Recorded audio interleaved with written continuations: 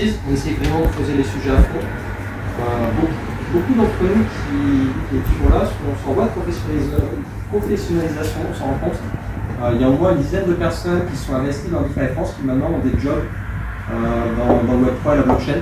Donc ça prouve que voilà, il y a notre expertise qu'on essaye d'acquérir doucement et de petit à petit reconnue. Et éthique. On n'est pas là pour vendre des tapis DeFi crypto, pas de chill, et on essaie d'avoir un esprit critique. Maintenant que je vous ai présenté la communauté DeFi France, je vais vous donner quelques idées sur les fondamentaux de la DeFi. La DeFi, finance décentralisée, blockchain, il y a un certain nombre de mots-clés et de valeurs qui se retrouvent dans la DeFi.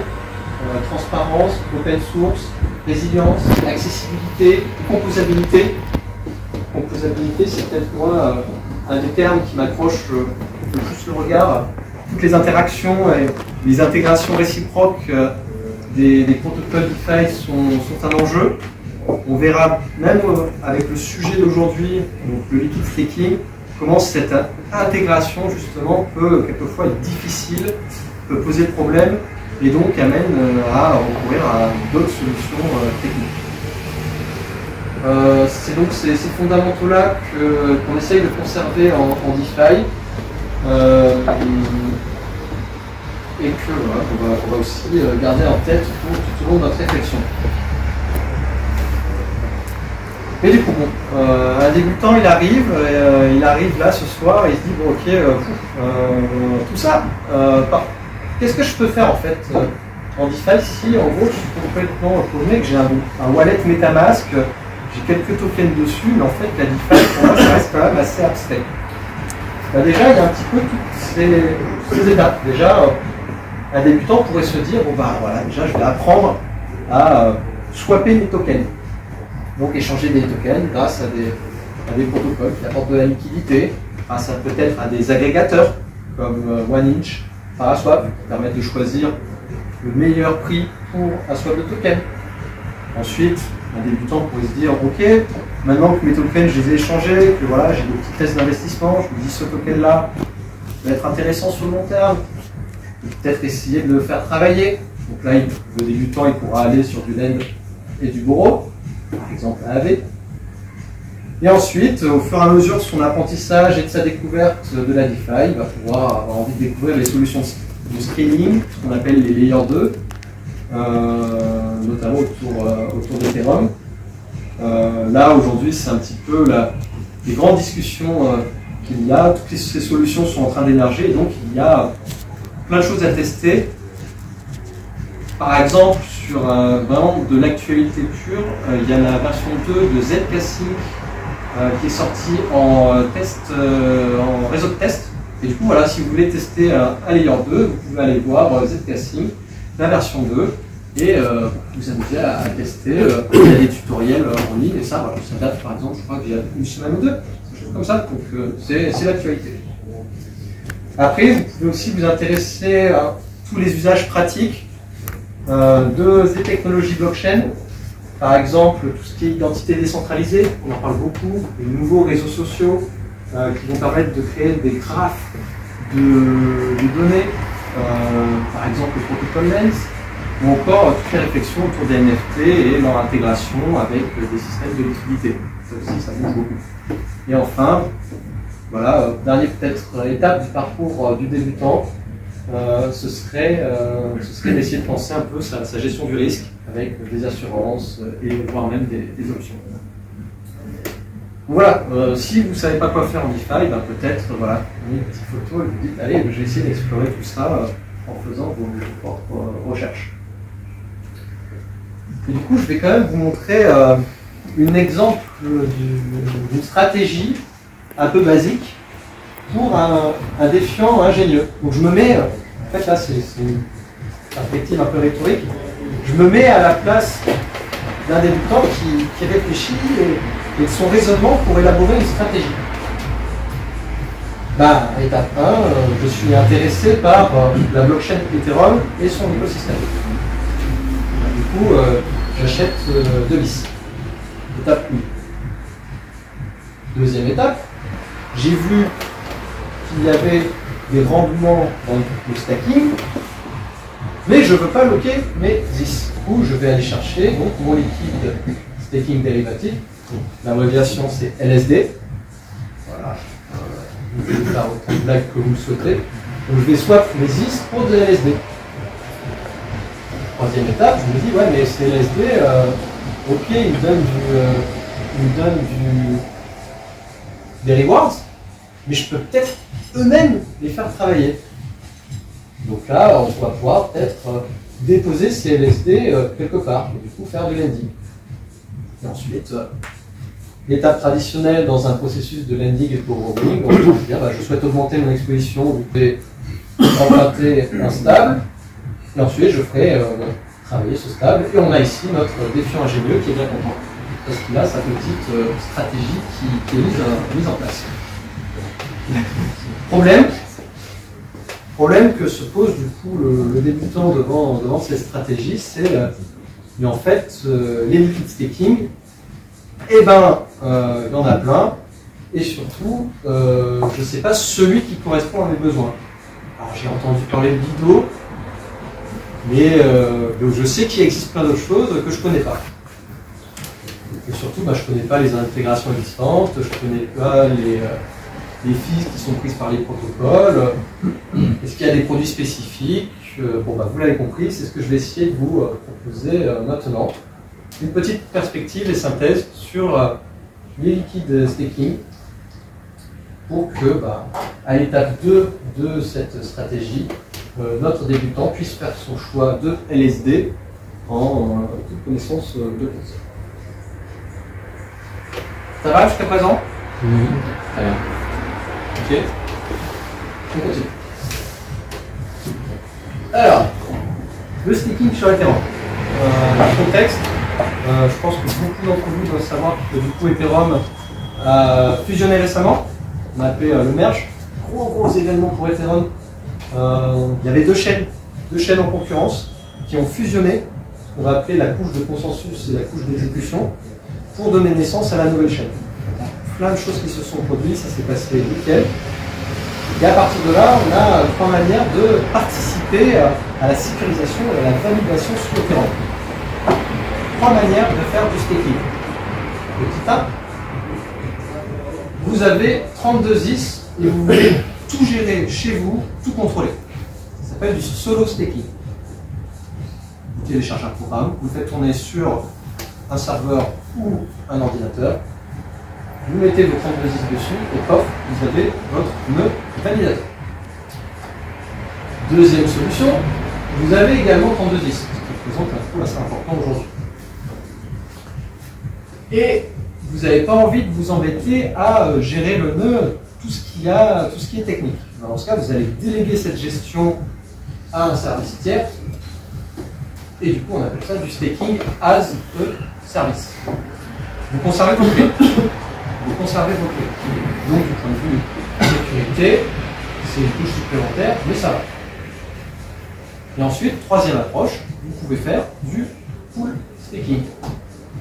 C'est-à-dire que là, vous allez du coup avoir une approche collaborative. Vous n'avez pas besoin de 32 IS parce que c'est inaccessible à votre portefeuille.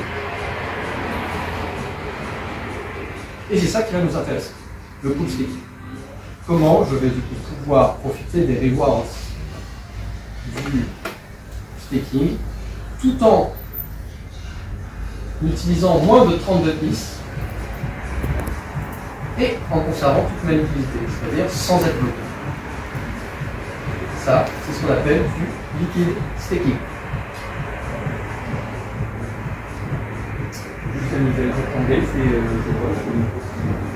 C'est une des prochaines mises à jour. Alors, on ne sait pas.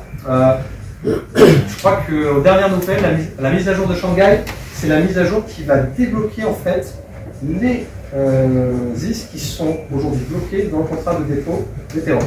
Du coup, les gens pourront retirer leurs ZIS qui sont aujourd'hui bloqués. Mise à jour de Shanghai, c'est pas avant 2023, c'est pas avant Q2, Q3 2023. A priori. Ethereum est réputé pour repousser souvent ces mises à jour de réseau. Voilà, du coup, je sais pas si des personnes ont d'autres informations plus précises, mais je crois que c'était ça. Oui. Comment? D'accord. On ne sait pas trop. Dans tous les cas, c'est pas pour tout de suite. Et au moment où ils seront débloqués, il faut imaginer qu'il n'y a pas tous les is qui d'un seul coup seront devenus liquides. Il y aura un délai, il y aura une queue pour sortir. Donc voilà, ce ne sera pas un gros mouvement marché, mais d'un seul coup, pas tous les is vont revenir. Donc voilà. En attendant, les poules de staking et leurs variantes liquides du coup, ont de bons jours volontaires. Et même après. On va essayer de donner une petite définition. C'est ma définition à moi, du coup je ne suis pas tout à fait satisfait. Les liquid staking dérivatives, c'est donc une délégation de tokens à un protocole qui va les staker pour nous et donner en échange un jeton transférable et les récompenses qui sont associées. Ce jeton est donc une représentation des tokens stakés et peut être utilisé librement. Donc on veut dire, si je balance les is dans le contrat de dépôt, ils sont bloqués, je ne peux rien faire avec. Alors que là, j'ai une représentation tokenisée de ce dépôt qui me donne les rewards et je peux en faire ce que je veux. Je peux le vendre, je peux le mettre en lending. Et c'est ça qui est intéressant. Aujourd'hui, l'offre autour du liquid staking est assez importante. On a plusieurs acteurs, donc Lido avec son token STIS, Rocketpool, Airlist, Stakewise. On a aussi du côté du non centralisé Coinbase et Kraken Alupay. Je mets peut-être un focus rapide sur Kraken et Alluvial. Là, c'est intéressant parce qu'on est en plein monde des institutionnels où ils vont proposer en fait une solution qui va être à destination des institutionnels et sans doute avec KYC par-dessus. Donc c'est un consortium, donc c'est Alluvial qui propose ça, il y a Kraken qui les a rejoints et j'ai oublié le nom du consortium, Collective, Liquid Collective, je crois, quelque chose comme ça. Et donc ça, c'est vraiment, ça date de cette semaine, hein, l'annonce de Kraken qui rejoint ce groupe-là.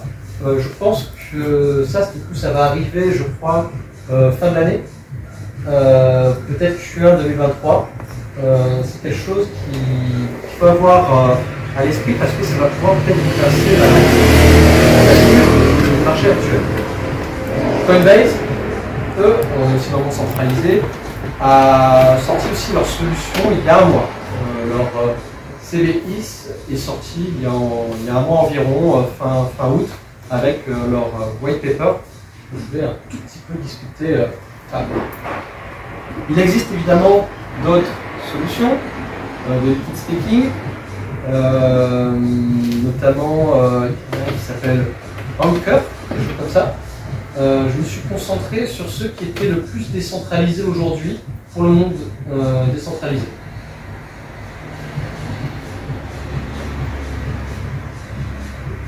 Je vais attirer votre attention sur une idée importante. On a donc des tokens, des LSD, qui représentent des tokens stakés, par exemple, donc des IS.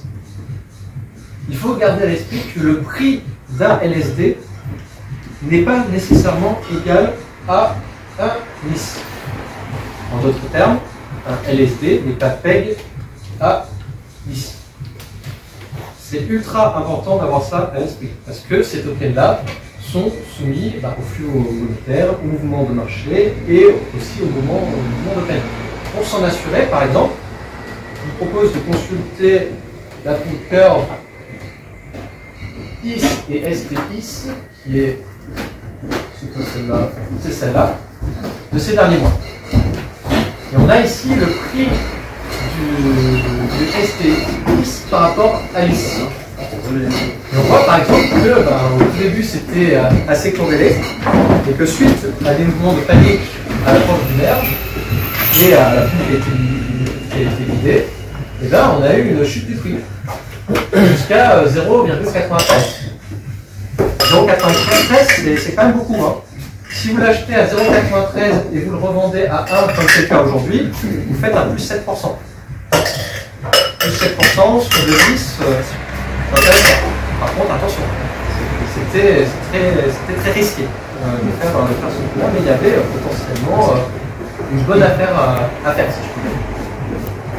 Voilà, je vous ai mis le lien de ce petit graphe se trouve dans la présentation, donc vous pouvez le retrouver et ça peut être un bon endroit pour monitorer en fait le prix de votre IS STX. On vient de noter, il n'y a pas de PEG entre le IS et les LSD. Donc faites attention. Faites attention si vous faites des stratégies. Parce que si vous faites des stratégies, vous pouvez du coup vous casser la figure parce qu'ils ne sont pas reliés entre eux. Même si, évidemment, l'IDO, par exemple, et beaucoup d'énergie pour essayer que ce soit co-réglé.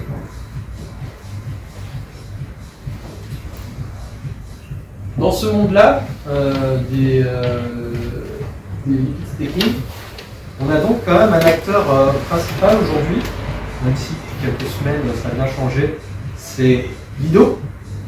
Lido et sa solution ST. Ouais. On est d'accord que sur Lido, on aurait des STDH, donc il y aura le bloc, on marque etc. Mais un STDH sera égal à un ETH quand on va résumer. Oui, un STH permettra de récupérer un IS. Ouais, voilà. Mais ça ne veut pas dire que le prix qui est dépendant du marché. Non, mais après sur les prix c'est différent. Mais au final, ouais. sur le protocole, on récupérera. Tout à fait d'accord. Sur les coûts de liquidité, c'est différent. Mais effectivement, un STX permettra, quel qu'en soit le prix, de récupérer un IS au moment de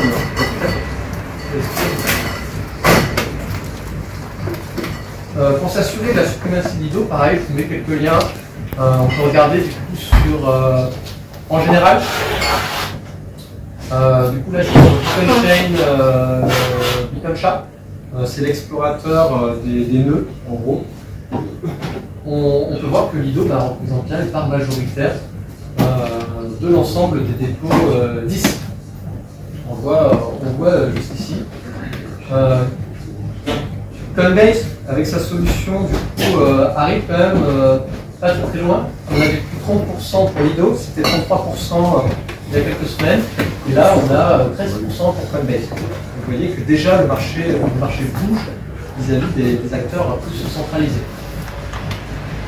Ça, c'était l'analyse en général sur l'ensemble du marché. Mais si je regarde sur uniquement le marché de liquid staking, on a aussi pareil un petit graphe, qui est celui-là. On voit que pareil, Lido est extrêmement important. Lido concentre beaucoup de liquidités. Ça a été très vivement critiqué en disant que voilà, on a un acteur unique qui concentre beaucoup trop de liquidités sur Ethereum. Ça peut poser des risques de sécurité.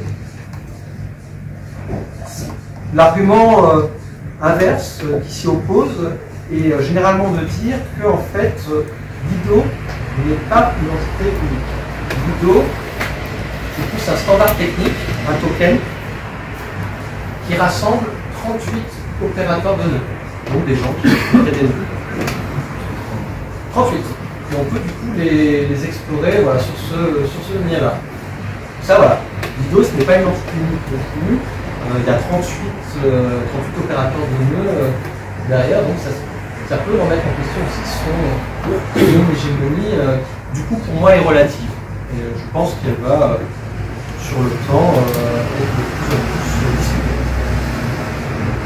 C'est complètement indépendant les deux dans leur décision de Dans quoi dans leur décision. Ça, je sais pas. Il n'y a pas une réponse. Les opérateurs de nœuds, autour de Lido, je ne sais pas quels sont les liens entre eux. S'il y a des. Voilà, je sais pas. On peut estimer qu'ils ont une relative indépendance. Ça aujourd'hui, je ne peux pas répondre. Là, du coup, je vais m'intéresser maintenant sur on va dire plus les différences entre ces différents protocoles de liquid staking. Déjà, on a une différence fondamentale entre par exemple un Lido et un Rocket Pool. C'est que Lido et Rocket Pool n'ont pas le même niveau de décentralisation. En gros, dans Lido, on vient de le voir, il y a 38 opérateurs de nœuds qui sont donc autorisés à créer des nœuds sur Lido. Et les personnes qui décident de ces opérateurs, c'est la gouvernance. Donc, les porteurs du token de gouvernance. Donc, il y a une whitelist. Si moi, aujourd'hui, je veux aller sur Lido pour créer des nœuds, bah, je dois passer par une procédure complexe avec la gouvernance de Lido. Je ne peux pas le faire comme ça.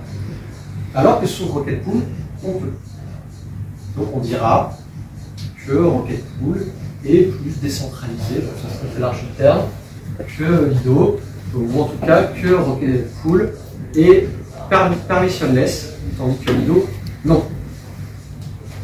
De même, Rocket Pool, c'est intéressant parce qu'en plus, ils ont une solution maison qui permet de créer un nœud avec 16 IS plus une garantie en token de gouvernance, le token de gouvernance de Rocket Pool. Donc ça, c'est un petit peu leur singularité. Donc vous pouvez arriver avec 16 IS et donc créer un nœud chez Rocket Pool.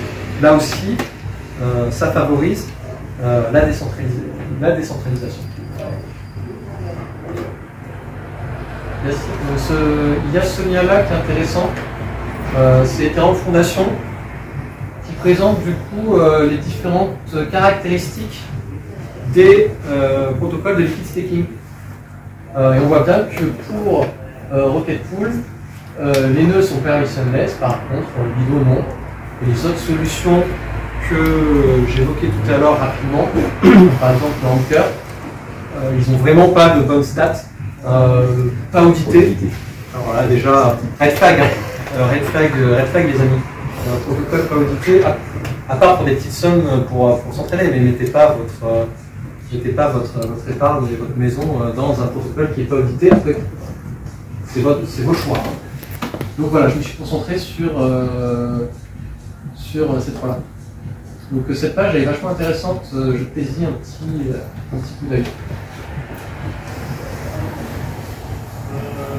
Autre différence qu'il peut y avoir entre les protocoles de liquid staking, et là, le propos, je vais prendre du temps dessus parce que je pense qu'il peut être intéressant pour les débutants, pour mieux comprendre certaines différences fondamentales en DeFi. Donc, je vais essayer d'aller plus lentement sur cette idée-là. Vous l'avez compris, le liquid staking a vocation à distribuer les rewards de staking à ses utilisateurs. Il y a quand même une question qui est comment ces rewards sont distribués. Est-ce qu'elles sont distribuées quotidiennement, tous les jours? Je vois mes récompenses qui augmentent dans mon wallet tous les jours, ou pas? Et bien, cette différence-là, c'est une différence technique importante dans le monde de la DeFi. C'est la différence entre, par exemple, un protocole comme AAV ou un protocole comme Compound. Et donc avec les sous-jacents qui sont les A-tokens et les C-tokens. Avec les A-tokens, les récompenses sont versées quotidiennement. C'est-à-dire que si vous êtes sur AAV et que vous avez votre A-token dans votre wallet, là vous voyez que ça augmente quotidiennement. Alors que pour les C-tokens, non, ce n'est pas le cas. C'est seulement quand je vais échanger mes liquid staking pour les IS que je vais avoir mes récompenses. Cette même différence qu'on a entre AAV et Compound au niveau des A-tokens et des C-tokens, eh bien on la retrouve dans le monde du liquid staking. Par exemple, les protocoles Stakewise, Rocket Pool et Lido fonctionnent sur une logique de A-token. C'est pas vrai pour Stakewise, je devrais l'enlever. Là, je parle de Rocket Pool et Lido. Tandis que pour Coinbase, ils sont plus sur une logique de C-token, c'est-à-dire que leurs rewards ne sont pas versés quotidiennement. Là, normalement, si vous suivez, vous me dites OK, très bien, mais en tant qu'utilisateur, moi j'ai quand même envie de voir mes rewards qui augmentent quotidiennement. Franchement, c'est quand même plus sympa. Je vais dans mon wallet et là, tous les jours, je vois ma somme qui augmente. Pourquoi tout le monde ne fait pas ça? Pourquoi tout le monde n'utilise pas les tokens et le système de rebase? C'est une vraie question. Pourquoi? Déclaration d'impôt. Comment? T'as moins de. Pour la déclaration d'impôt, t'as moins d'étapes. Oui. Alors ça, c'est du point de vue fiscal. Moi, je vais raisonner dans le monde de la DeFi et dans le monde des intégrations. En fait, lorsqu'on utilise un A-token, on ne va pas pouvoir l'implémenter sur tous les protocoles facilement. Ce n'est pas ce qu'on appelle un ERC20. Et donc ce token qui augmente quotidiennement, il pose des problèmes d'intégration. En gros, quand tu utilises un token, eh ben, c'est compliqué d'aller dans le monde de la DeFi. La composabilité, elle est plus complexe. C'est donc tout le pari en fait d'un Coinbase. Coinbase, du coup, ils disent OK, nous, en fait, on va viser une intégration rapide, puisque déjà on est en retard par rapport aux autres solutions. On va partir sur du C-token et on va essayer d'être intégré très rapidement pour gagner des parts de marché. Et c'est là où on arrive dans le monde merveilleux de la DeFi et on commence à s'arracher les cheveux. Du coup, il y a des problèmes en fait de composabilité, il y a des problèmes d'intégration quand on rajoute des fonctionnalités. Et c'est pour ça que pour le STIs de Lido, si on veut mettre STIs dans Maker, et ben on ne peut pas.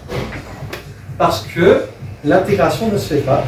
Et du coup, on est obligé de wrapper le STIs dans le STIs pour que ça marche. Du coup, une étape supplémentaire.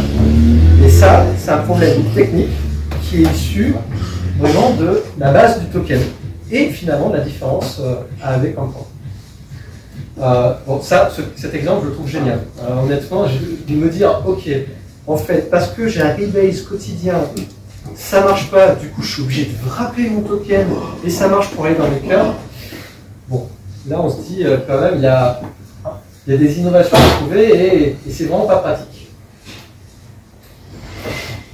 On a une documentation de Lido sur le WST-IS, si jamais vous voulez creuser le sujet. Finalement, si je propose une synthèse sur personnel, encore une fois c'est personnel, et si vous voulez la discuter et dire je ne suis pas d'accord, allez-y, voilà à quoi ça pourrait ressembler. Finalement, on a quand même une graduation dans l'échelle de la décentralisation avec Lido, puisque Lido n'est pas une solution permissionless qui pose question. Des intégrations complètement différentes. Avec Lido, on a quand même AAV, on a Fuse, on a aussi Maker, mais aussi pour Maker, voilà, une méthode supplémentaire. Tandis que par exemple, pour un Stakewise, on n'a quasiment aucune intégration. On a juste les protocoles de l'utilité de base, on a Uniswap. Et on a aussi des fees différentes sur les rewards. 15%, 10%, 10% ou 25% des rewards pour Coinbase. Toujours plus. Je vais faire un commentaire sur Coinbase.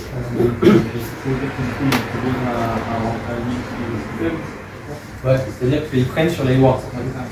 Et ce qui est vicieux dans Coinbase, c'est que si on regarde le white paper, moi toujours un white paper. Le premier truc que je me dis, c'est on va regarder les fees. Parce que quand même, les fees, c'est important. Combien ça coûte leur système? Du coup, j'arrive sur White Paper, page 12, fees. Je dis, hop, chouette, on va y aller, page 12. Page 11, pardon. Et du coup, là, j'arrive, et c'est génial, une section qui comporte 2 lignes, et qui nous dit, there are no fees. Gratuit, Coinbase, il y a Il n'y a pas de fees, ils sont vraiment gentils. Vraiment, moi je suis un débutant, je les trouve vraiment très, très agréables. Mais franchement, c'est une bonne affaire, hein, vous vous rendez compte.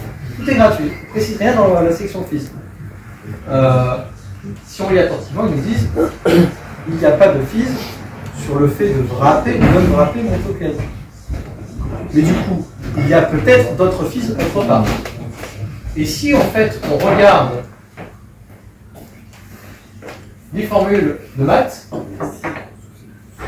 qui sont quelque part par là, excusez-moi, je vais vous spoiler la formule de maths.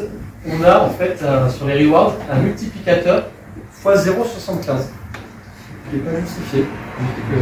Donc voilà, on a un x 0,75 et du coup, moi j'ai envie de dire où sont les 25% qui manquent. Du coup, voilà, plusieurs commentateurs ont interprété ça comme étant des fees de Coinbase. Si vous avez une autre interprétation, là aussi je suis à l'écoute. Ah merde, c'est pour le de maths. Oui, voilà, c'est là, pardon. Net rewards. Rewards, etc. Fois 0,75. C'est quand même fou, hein. Il n'y a pas de fees, il n'y a pas de fees indiqué dans la section, par contre, il y a un fois 0,75. Peut-être que je dis des bêtises. Après, il y a d'autres commentateurs qui ont dit la même chose.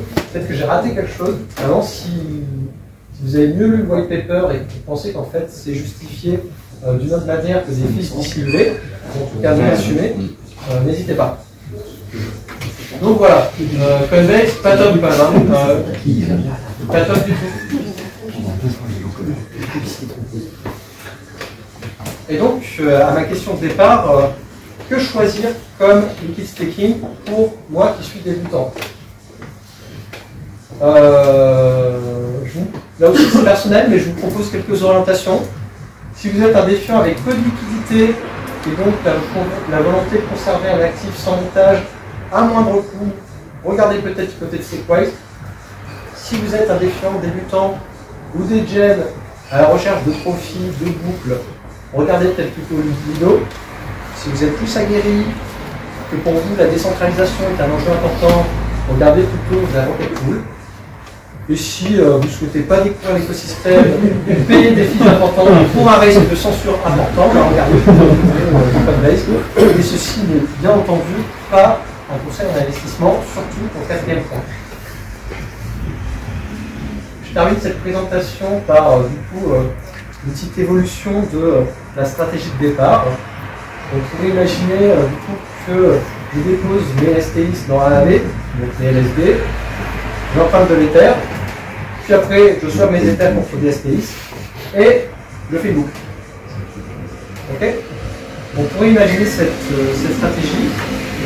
Si vous désirez la faire, il y a aujourd'hui deux produits qui peuvent attirer votre attention. Bien entendu, le DeFi Saver, qui est en fait un protocole qui permet de limiter les coûts pour ce type de boucle.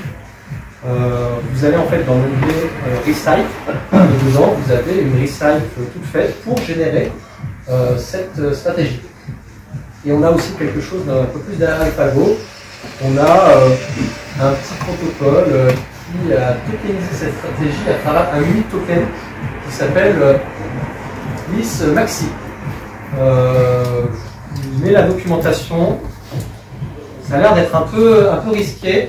Typiquement, quand il y a eu le fameux détect de cœur dont on a parlé tout à l'heure, ils étaient en train de transpirer sur leur Discord. Hein. Ils ont dit oulala, nous savons vous enlever un petit peu de leverage parce que bon, ça commence à devenir tendu. Donc, ils monitorent. Est-ce qu'on peut leur faire confiance pour monitorer bien jusqu'au bout? Voilà, à vos risques et périls. Par contre, c'est sympa. Là, vous swappez un token Vosis contre Vosis Maxi et voilà. Mais là aussi, j'ai envie de dire, à vos risques et périls.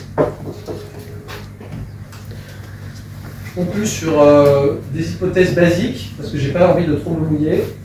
Je pense que le peg des LSD, donc des liquid staking, est dépendant du coup de l'actualité du marché de manière générale. Et surtout des évolutions du réseau.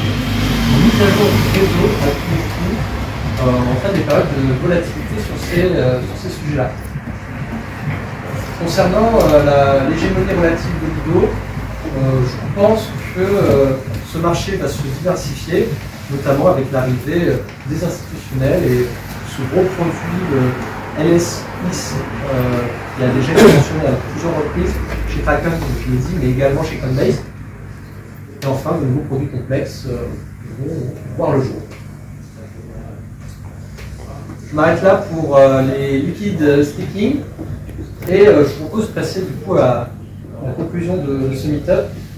Un appel à participation pour la suite. On a besoin de monde. On a besoin de monde pour faire vivre ce genre de rencontre. Et vous pouvez faire plein de choses en fait. Si vous voulez aider, vous pouvez proposer des sujets en tant qu'expert ou amateur. À titre personnel, je trouve ça important que les meet-up, on va dire régionaux, soient aussi des espaces où des gens qui sont en voie de professionnalisation osent faire leur premier talk. Je pense que c'est plus sympa que ça se passe ici dans un bar plutôt que dans une grosse conf avec des EOG de partout. Et ce serait bien, je trouve, que des gens qu'on fasse limite de la relecture ensemble si vous n'êtes pas certain de vos talks. Je pense que ça peut être pas mal. On a besoin de contributeurs sur le Discord, des gens qui veulent animer un petit peu notre Discord. On a besoin de militants sur les réseaux sociaux. Si vraiment vous avez envie d'aider, mais en gros de rien faire, un petit like, un petit retweet, ça fait toujours plaisir. C'est le soutien de base, mais qui est toujours utile. Graphiste. Parce que bon, voilà, là j'ai piqué un modèle pour mes slides, mais bon, si on peut faire quelque chose de peut-être plus convaincant et plus DeFi, ce serait chouette. Les partenaires pour nous accueillir et voir des sponsors pour payer une pizza à tout le monde à la fin. Et enfin, on a commencé à ébaucher un calendrier pour les mois à venir. C'est qu'une ébauche. Il n'y a strictement rien de validé, mais on va essayer de le faire. On aimerait bien discuter un petit peu d'analyse on-chain avec notamment Nansen et d'autres projets un peu concurrents d'Ansen qui sont en train de voir le jour. On essaye de faire venir quelqu'un, je ne peux pas dire le nom du protocole parce que pas sûr qu'il vienne. On aimerait aussi avoir de la DeFi par-delà Ethereum, des écosystèmes Polkadot, Bitcoin. On a un contact pour Polkadot, pour Bitcoin. Je sais qu'il y a une communauté Bitcoin à Lyon qui est assez importante. Du coup, si quelqu'un connaîtrait quelqu'un qui pourrait nous parler de RGB et compagnie, ce serait top. On aimerait mettre en valeur des acteurs français d'un protocole DeFi. Et enfin, en février, peut-être, et là, pour le coup, on a des personnes qui pourront intervenir. Peut-être une approche plus théorique sur les DAO, les modèles de gouvernance. Il y a plein de choses qui bougent sur les DAO actuellement. On s'est dit que ça pourrait vous intéresser. Et du coup, je vous remercie pour votre écoute.